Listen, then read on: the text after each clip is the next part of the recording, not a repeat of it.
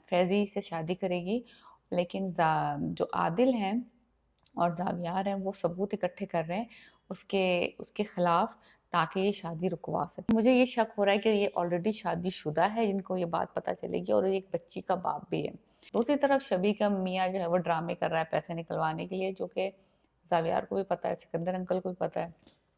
Hi guys, मैं फिर हाजिर हूँ। हम डिस्कस करने जा रहे हैं ड्रामा सीरियल फासले एपिसोड 19, 20 एंड 21। 3 एपिसोड इस ड्रामे की आती हैं फ्राइडे, सैटरडे और संडे। सबूर अली और अली अंसारी इस ड्रामे की मेन कास्ट हैं। पूरा ड्रामा ओवरऑल मैं पहले भी कह चुकी हूँ कि ज़रूरी नहीं है कि कास्ट बहुत स्टार और टॉप नॉच और हाईली पेड एक्टर्स को कास्ट किया जाए ड्रामे में टू अट्रैक्ट द ऑडियंस। अगर स्टोरी अच्छी है, प्रोडक्शन अच्छी है, मेहनत की गई है और तवज्जो दी गई है डिटेल्स पे और कुछ नया कॉन्सेप्ट लेके आया गया है, तो पुरानी स्टोरी को भी नया रंग देके बहुत अच्छे तरीके का एक बहुत अच्छी कहानी और एक बहुत अच्छा ड्रामा बन सकता है। और ये ड्रामा उसकी परफेक्ट एग्जाम्पल है। इस तरह मैं नहीं कह रही कि ये स्टोरी कभी पहले बनी ही नहीं, इस तरह की स्टोरीज पहले बहुत दफ़ा बन चुकी हैं। लेकिन इस ड्रामे की ख़ास बात यह है कि इस ड्रामे की जो ओवरऑल कास्ट है, ओवरऑल जो स्टोरीज चल रही हैं, 3-4 स्टोरीज पैरेलल चल रही हैं। ऑफ कोर्स जो मेन जो रोल है वो ज़ावियार और एनी का ही है, लेकिन जो आदिल और निदा की चल रही है, उसके बाद खावर और शबी की चल रही है, फिर सिकंदर अंकल और उनकी सेकंड वाइफ की चल रही है, ऊपर से जो निदा की अम्मी अब्बू हैं उनकी भी थोड़ी सी कहानी है, और फिर अब उन्होंने एक नेगेटिव कैरेक्टर इंट्रोड्यूस करवा दिया है फैज़ी का, जो कि एनी से शादी करने वाला है, जो कि फ्रॉड है। तो मसला ये है कि जिस सारे जो मैंने कैरेक्टर्स के नाम लिए हैं, ये सारे बहुत अच्छे कैरेक्टर्स हैं और इनको सबको देखने में बड़ा मज़ा आता है जब स्टोरी चल रही होती है। कोई सीन ऐसा नहीं होता कि आप फॉरवर्ड कर दें, क्योंकि अगर आप एक सीन फॉरवर्ड कर देते हैं ना, तो वो कुछ ऐसा उस सीन में चल रहा होता है जो कि बाकी आने वाले सीन्स के साथ किसी तरीके से जुड़ा हुआ है। तो स्टोरी जो है सिंपल है, नॉट आई आई से कि बहुत न्यू है, बट अच्छा बनाई हुई है और अच्छे तरीके से कॉन्सेप्ट इसका, पिक्चराइजेशन बहुत अच्छी है, डायलॉग्स बहुत अच्छे हैं, जो रोमांटिक सीन्स हैं बिटवीन अली एंड सबूर बहुत अच्छे हैं, केमिस्ट्री उनकी परफेक्ट है।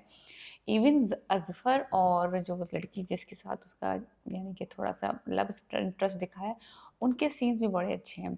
सो एनीवेज अब एनी ने फैसला कर लिया है कि वो उस फ्रॉड फैज़ी से शादी करेगी, लेकिन जो आदिल हैं और ज़ावियार हैं वो सबूत इकट्ठे कर रहे हैं उसके उसके खिलाफ, ताकि ये शादी रुकवा सकें। अब मुझे इतने अच्छी लगी ये बात कि इसमें दोस्त दिखाए हैं सारे, और ये दोस्त एक दूसरे के साथ इतने जेन्युइन है कि वो एक्चुअली एफर्ट डाल के दूसरे शहर गया है ताकि इस लड़के का बायोडाटा निकलवा के लाया जा सके। तो they are very genuine friends with each other, और उनमें कोई जेलसी नहीं है, कोई कंपटीशन नहीं है, कोई फाइट्स नहीं हो रही, कोई ईगो वाली बात नहीं है। They are all very secure और वो अपने अपने अपनी अपनी जगह अपने अपने लाइफ में बड़े ही कंफर्टेबल हैं।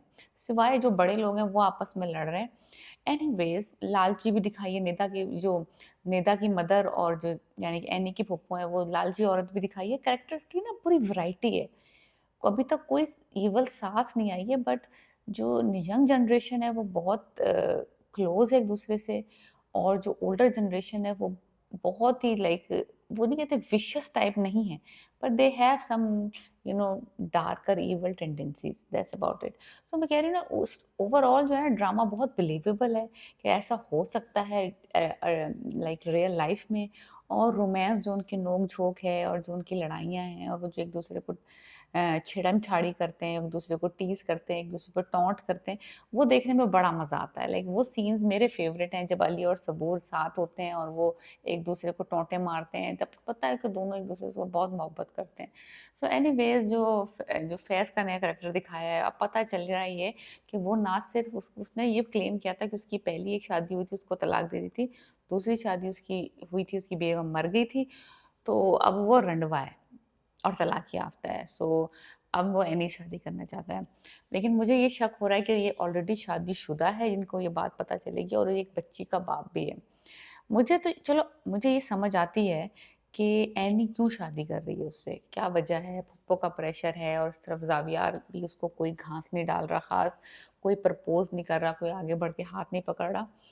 मुझे समझ नहीं आ रहा है फैज़ी को एनी में ऐसा क्या दिलचस्पी है कि वो इतने जतन कर रहा है, ज़ावियार से पंगा ले रहा है, घर उसके नाम कर रहा है, पाकिस्तान शिफ्ट हो रहा है, लाइक अपनी अपनी जो है सारी चीज़ें छुपा रहा है और उसके फूफा से डर रहा है, उसकी फूफ ऐसा एनी में ऐसा उसको क्या फ़ायदा है? Because I don't think this is love. ऐसा कोई लव नहीं हो गया उसको एनी से, तो वो क्या मोटिवेशनल फैक्टर है कि वो जो इतना एफर्ट डाल रहा है एनी से शादी करने के लिए।